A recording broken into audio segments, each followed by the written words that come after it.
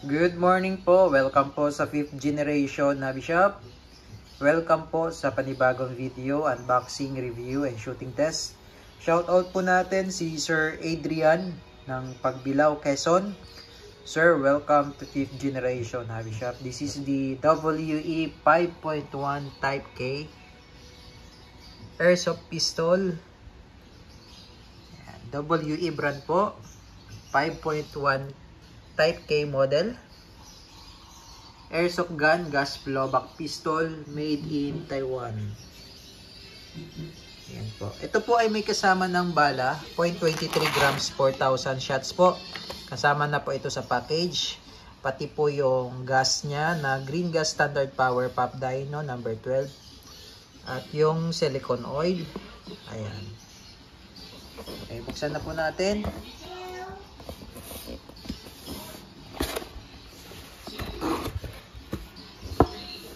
Of course, meron po siyang manual, owner's manual. Scan nyo lang po yung QR code para sa instruction manual at explosion, parts explosion.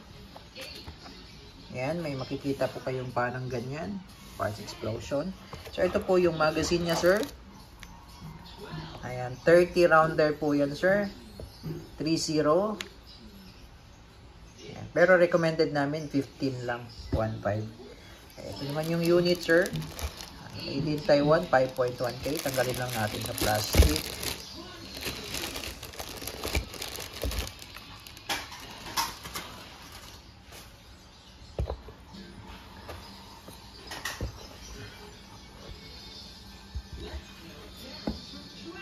Okay, ayan po. Napakaangas.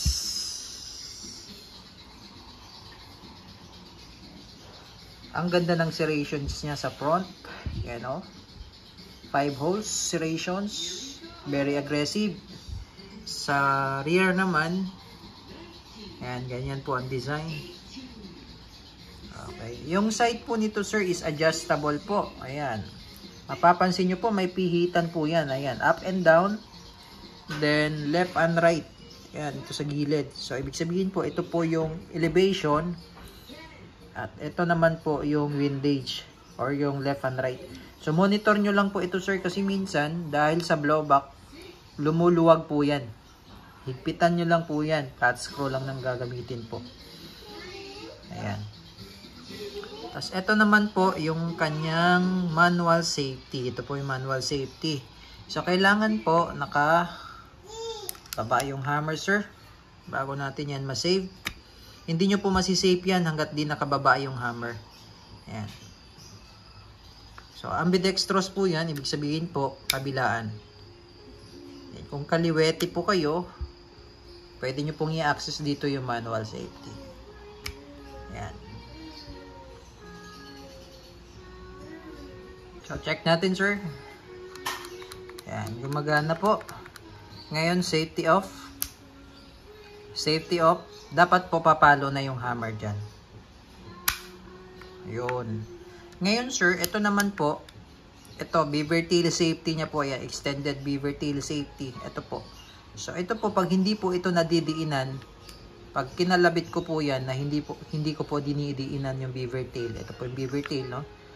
Hindi rin siya pumuputok o hindi pumapalo yung hammer. Ano? Kasi safety feature niya rin po yan. So, kailangan po kasi yan diinan. So, automatic po, pag hinawakan nyo po ang grip, automatic po yan. Nadidiinan po yan. Ayan. Ayan. So, ito pong 5.1 Type K na high kappa po. Itong slide, metal po yan. Itong lower frame, ito po, metal po yan. Itong trigger guard, plastic po yan. Trigger guard. Ito po, metal. Hanggang dito po, plastic po yan. Ayan. Okay. Then, pwede nyo rin po siyang lagyan ng flashlight, laser, kasi meron siyang accessory rail. Ito po yung rail. Ayan. Okay, so, ilolubricate lang po natin yung slide, pati yung mga valve. Okay, 2011 high kappa. Ayan. May markings din siya dito. Ayan. Kung familiar kayo sa caliber na yan. Pero disclaimer po, this is just an airsoft, no? Mukha lang talaga siyang tunay, ano? 1.1 scale. Ayan, oh. Ayan, nakalagay pa 0.45 ECP. Okay. Sa totoong baril po, ito po ay caliber 45. Okay, ganito po ang itsura ng mga caliber 45 2011 model. Ayan. Okay, disclaimer again, this is just an airsoft pistol, not a real steel. Okay, so lagyan na po natin ng oil muna, tapos gas bala. Okay, so unahin po muna natin yung magazine, sir. Lagyan natin ng oil. Luluwagan ko lang po muna yung valve para po malagyan natin ng oil. Basa lang natin, sir, ng konti itong oil mo.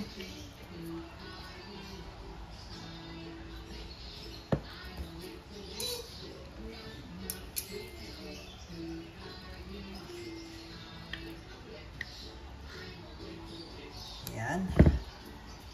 Tapos, ito naman po, yung pinaka base pad niya.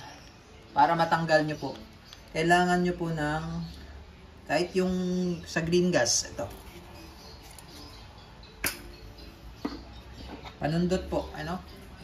Sundutin nyo lang po yan, ito. May lock po kasi yan dyan, ito po. Yan yung lock. Ngayon, kailangan nyo pong sundutin yan para po matanggal nyo yung base pad. Ayan.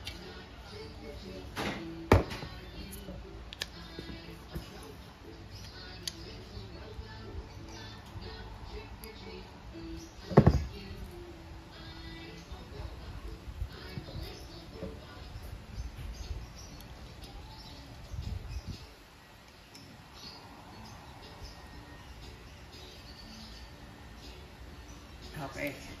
So, igpitan na rin natin yung screw. May screw po kasi yan dyan. Ayan po. Igpitan na rin po natin.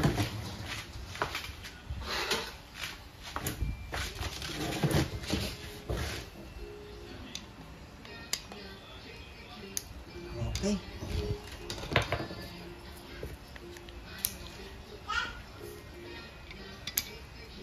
Sa pagbabalik naman po, ito papakita ko lang yung lock. Yan, ito po yung lock. Yan yung pumipigil. So, susundutin nyo lang para ma-insert. Yan. Okay, so lagyan lang po natin ng gas at bala. Okay. So, ito po, ang laman po is 30 o 30 rounder po. Pero yung recommended ko lang po dito, based on our experience, sir, kahit 15 lang, sir. 1.5. Okay, 15. Para po yung spring hindi agad lalambot. 2, 4, 6, 8, 10.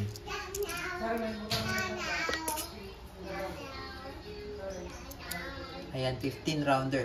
So, mapapansin nyo yung spring hindi compress. Hindi po compress. Kasi pag compress yan, palaging nasa baba, katagalan yung spring nyo, sir, lalambot. Okay? So, may impact po yun sa ating airsoft pag malambot yung spring. And then ito, sir, kapag continuous po, halimbawa tuloy-tuloy po ang gamit nyo, lumalamig po ang magazine. Normally, lumalamig dahil sa gas. Ipahinga nyo lang po kasi pag malamig po, humihina po, mafe-feel nyo, parang humihina yung putok, humihina yung blowback. No? Kasi po, yung magazine po malamig. Ilagyan lang natin ng gas. Inverted position, upside down, 3 to 5 seconds po.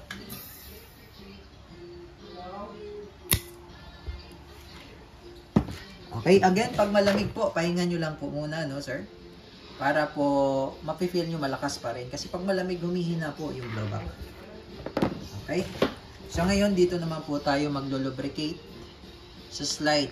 So, pag babaklasin nyo po ang slide, kailangan po walang magazine. Kailangan po walang magazine.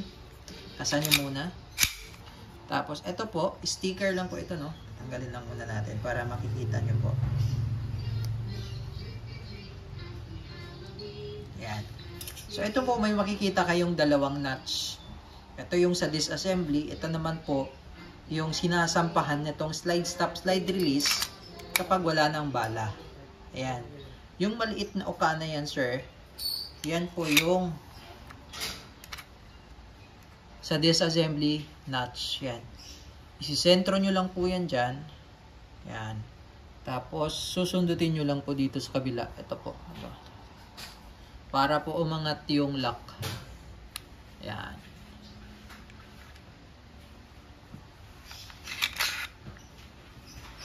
Ayan. So, ganun lang po kadaling magbaklas. Okay. So, ngayon ang lalagyan po natin ng oil, mas maganda sa petroleum jelly, itong part na to, sir. Kasi ito po yung laging nagkikis-kisan. Yan po yung nagkakaroon ng friction. So, mas maganda, lubricated. Mas maganda po yung petroleum jelly po, sir, kasi matagal po siyang matuyo. Unlike dun sa mga oil, silicone-based oil, eh mabilis pong matuyo, sir. Yan. At mas mura ang silicone, ang petroleum. Yan natin, sir.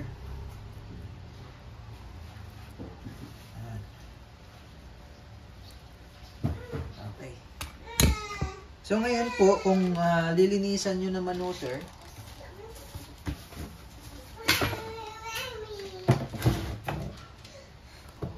kung lilinisan nyo naman, sir, ito po, nare-remove po yan lahat, sir.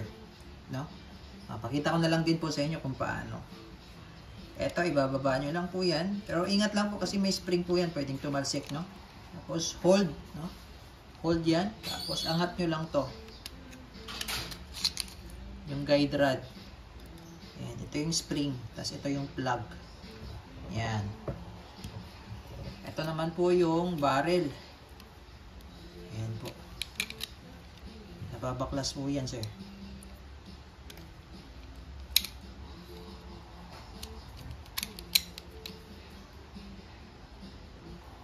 Ayan.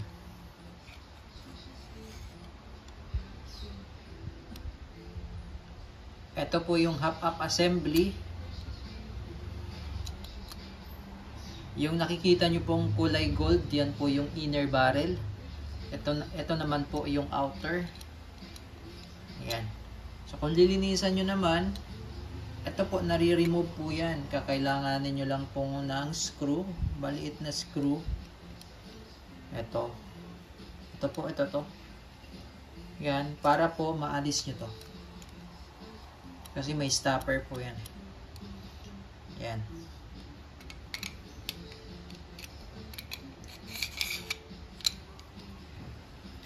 So, sa pagbabalik naman po, ito lang, ganito lang po. Yan. Tapos, pasok. Insert.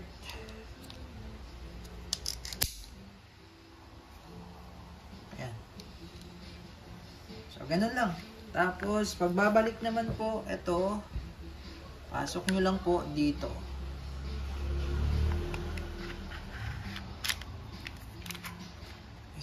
Isisentro nyo lang po ulit yan. Ganun lang din po. Isisentro lang yun ulit. Tapos, pasok yung lock. Ayan. Okay. Smooth na siya. Alisin lang natin yung mga excess. Smooth na yung slide na.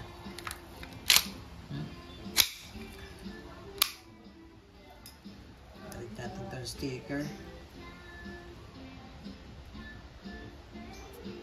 Okay. So, testing po tayo, sir. 2011 High Kappa 5.1 Type K.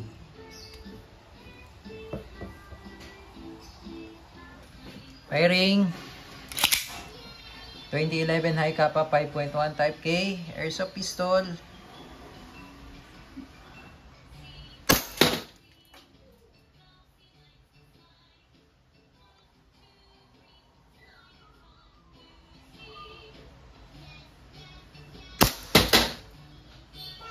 Okay, ubusin po natin yung bala, sir, hanggang sa mag-open slide.